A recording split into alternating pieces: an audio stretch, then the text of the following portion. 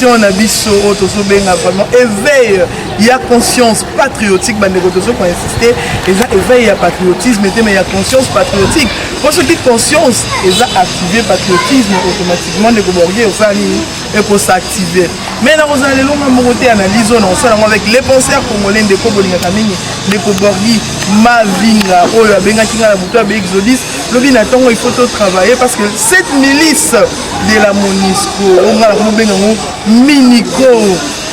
Minico, pourquoi ministre des Nations Unies au Congo à reconnaître les penseurs à reconnaître que vraiment n'a comme nombre de bango est biaisé mais la MONUSCO a failli à ces missions. Ensemble avec Ndeko Borgi que la MONUSCO a failli la mission de Oezali. Il y a qu'à maintenir parce que nous devons dire que les parmi les organes subsidiaires il y a Nations Unies. Oh, les Nations Unies ont la mission première. Nassima, il y a deuxième guerre mondiale, sur les Nations Unies. Il y a une mission vraiment, il y a maintien, il y a paix. Mais laquelle paix? Paix durable, mais sur le plan international. Dans la République démocratique du Congo, après Zaïre, tant que le Congo, il y a eu des troubles. Voilà pourquoi Kokene a musée, tant au moins on a eu pouvoir la période de la transition, avant même transition, tant au moins on a eu qui pouvoir des Nations Unies, et surtout la période de la transition, pour avoir créé une sorte de stabilité. Même si Rwanda, cette mission ne portait pas encore le nom de la MONUSCO, mais elle a une mission des Nations Unies au Congo. De l'on ils n'ont pas également, ils ne sont pas arrivés. Il y a pour ça la Moussa Olenge Longo Banaki, topé, la mission de Bango, objectif de Bango, et qui accompli, va changer forme, va commis MONUSCO, mission des Nations Unies. Pour la stabilité au Congo. Quid, Ndeko Borgi avant de côté Makamsusu.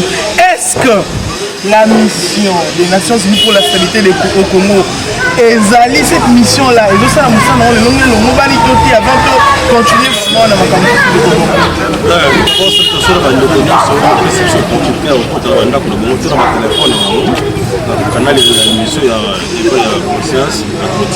d'abord, il y a un sujet très important, on touche à conscience. Bandeko Sengini Baïbaki, pourquoi tu veux te rater cette conscience? En plus, tu veux dire conscience patriotique. Pourquoi? Parce que la carte il y a conscience, il y a oublié par camarade. La carte a conscience, il y a ça là qui va dans la unité, va créer l'âme de la République. L'âme de la République, où est ça la raquée et défendre la Kamboka. Lorsque vous avez un problème, l'âme de la République, c'est-à-dire ma mécanisme de l'union sociale, c'est comme pour battre la vous avez acheté pour la conscience, mais quand ça battait au Bengi Monesco, nous avons dit alliance casque rouge. Le rôle de casque bleu, le Bengi Bango casque rouge. Parce que comment c'est fait, vous allez payer la mission de la Congo. Mais Bolongo, les casquettes, tu en as appelé. Pour la casquette rouge pour le Congolais. Casquette, il y a 100. Casquette à 100. Donc, on a un hiver de 100 de Congolais. Donc, on comprend que Bino, c'est vraiment avec la Congo pour piller le Congo et puis pour faciliter la localisation. Dans un moment, c'est trop. Namboka na biso, Bino Boye, Toboyi. Après avoir fait 22 ans, 22 ans, donc 22 milliards égale à 22 ans de l'échec de la MONUSCO. Vous trouvez ça normal? Mais lorsque nous on dit non, tout c'est tout. Nous sommes comme matière, nous sommes comme des hommes comme vous aussi.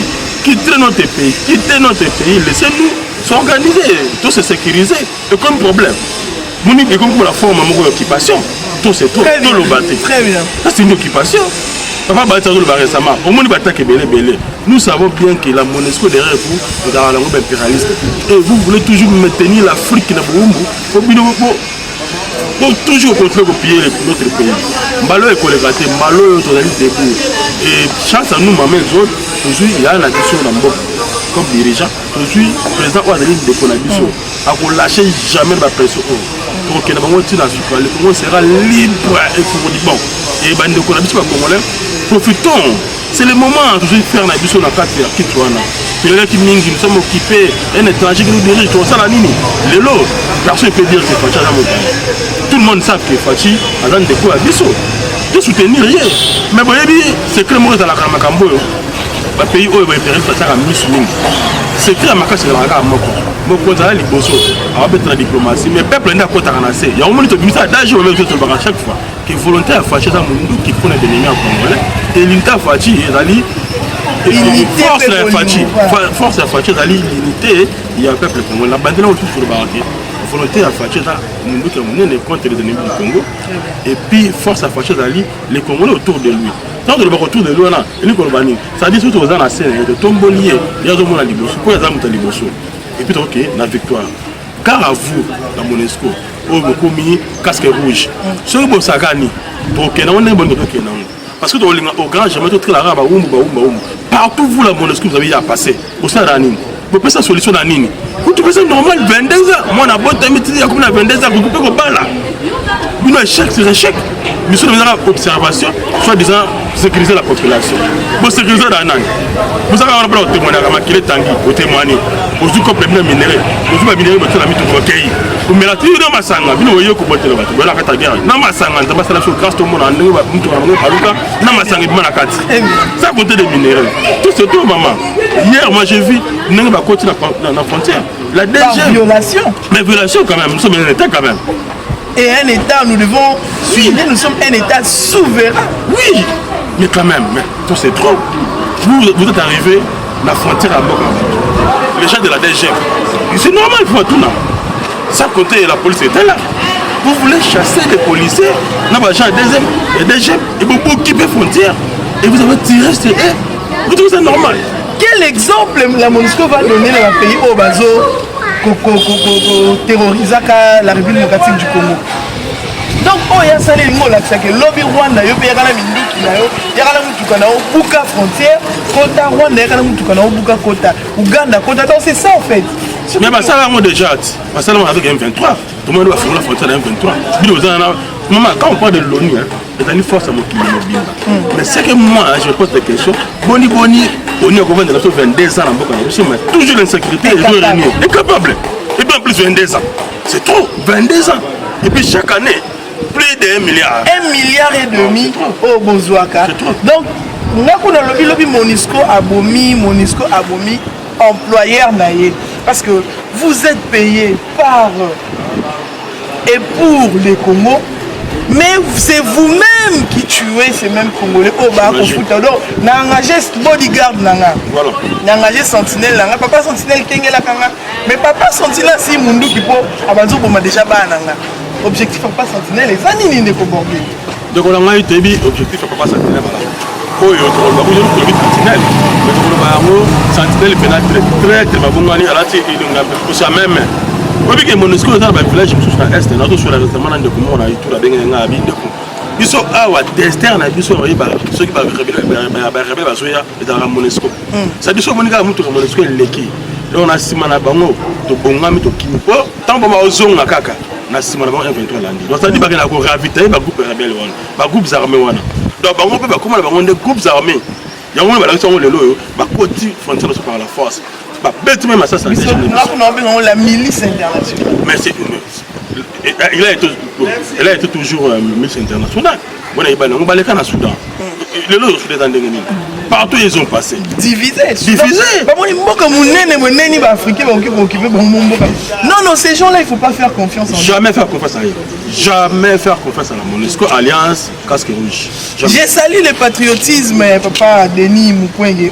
D'ailleurs, vous êtes soutenu par Bango. Si elles ont pris le Nobel de la paix à Bango, mais à lobby que elles ont condamné énergiquement, je pense. Non, on a tombé. Mais heureusement que la Bible qui est Makambo et lobby avant, elles ont condamné énergiquement Makambo.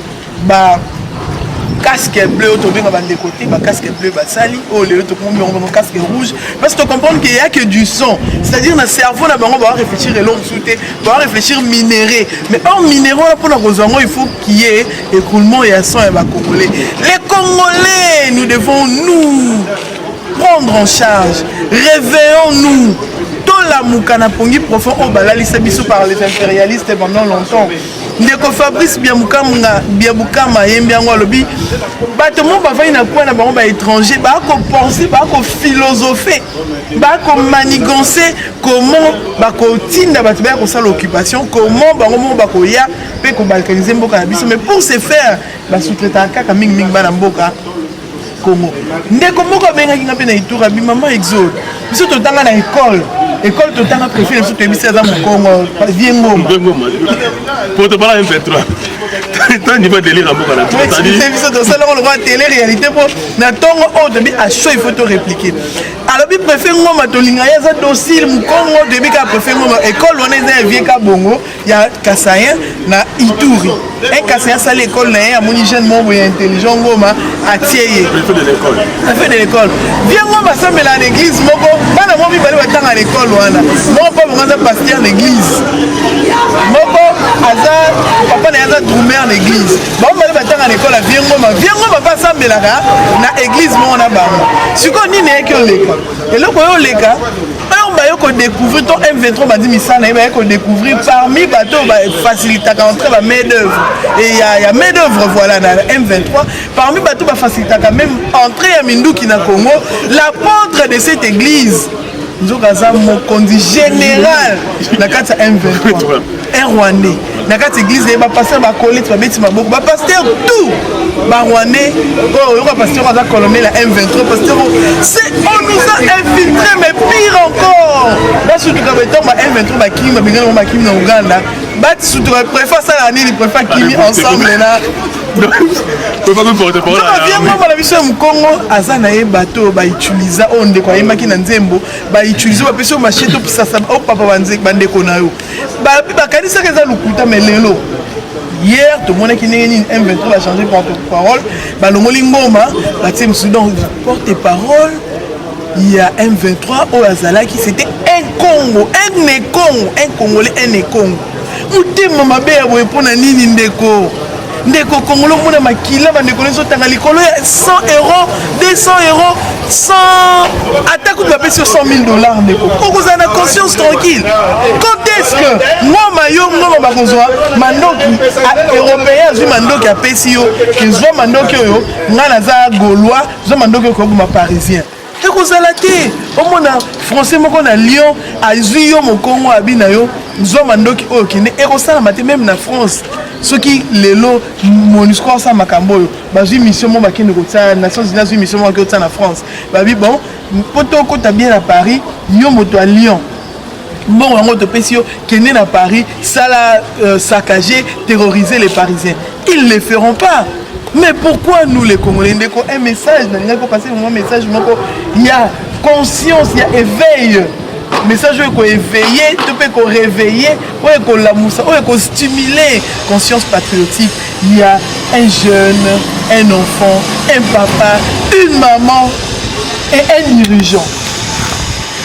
Merci maman c'est la raison pour laquelle au pays il y a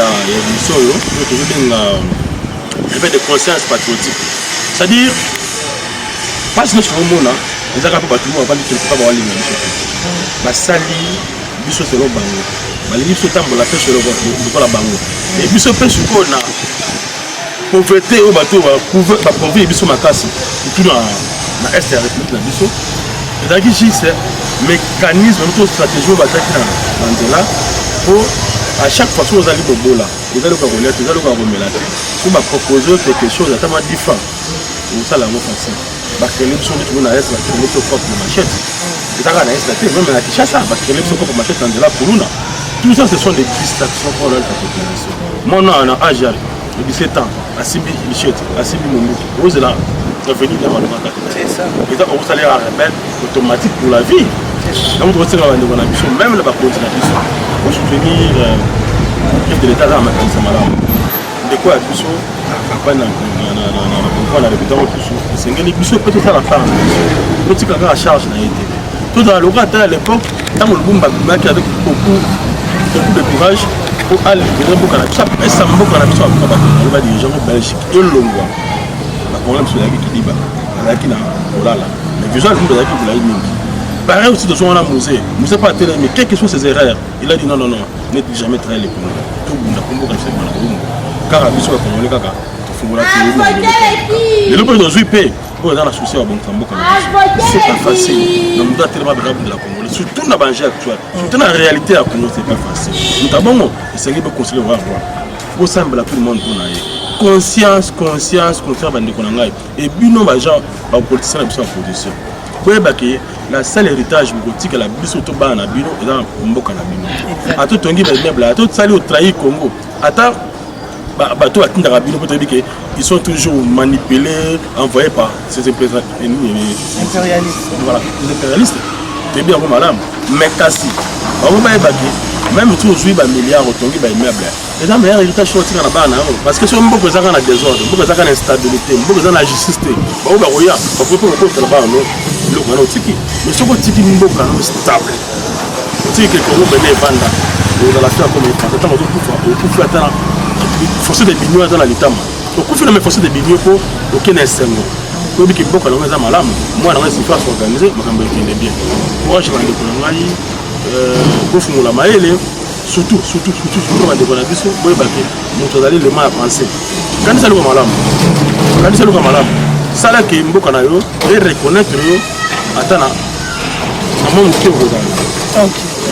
Merci beaucoup, Bandeko. De soutenir mon compte Mboka. Félix encore du fait que tu le vois. Vraiment, on a idée à Malamba, pensant Malamba.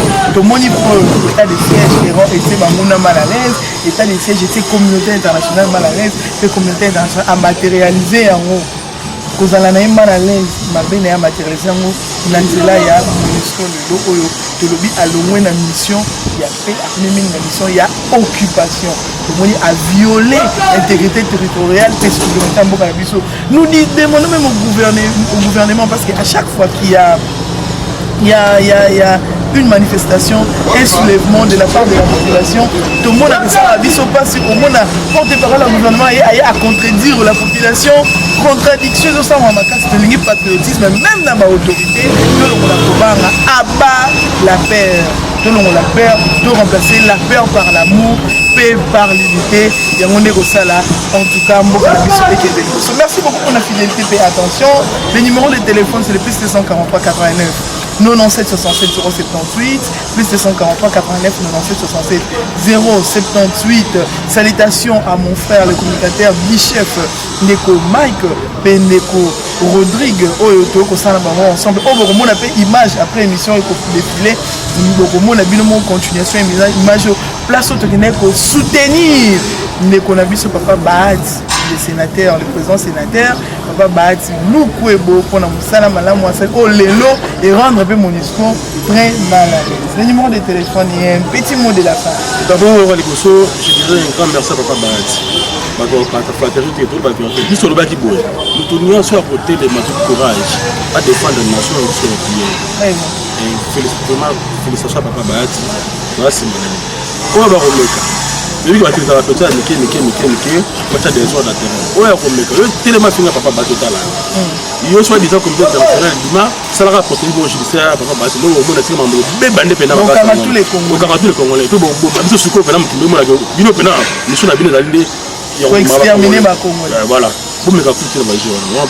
Numéro zali plus 243 90 47 76 729 plus 243 90 47 76 729 et le basuka nous avons exode les bitons de la petite c'est ça tout aussi avant même tout là tout traverse sur green car green espace tout traverse sur parce que et ça ka bango malima tout fait développement la mission nzela donc bango kuna ça va bango kuna polia bisoté donc on va ça bango kuna ta la sauter mais ce que biso nous tout là on a biso ko bango ya c'est comme si biso ndé bangonde comment je peux dire bangonde ba kolomboka biso so ndé esclave c'est-à-dire on peut pas faire quelque chose sans consulter bango et on les gratter comité de mobilisation contre la biso ba la moment na terre. Merci beaucoup. Merci beaucoup Tokutani très prochainement.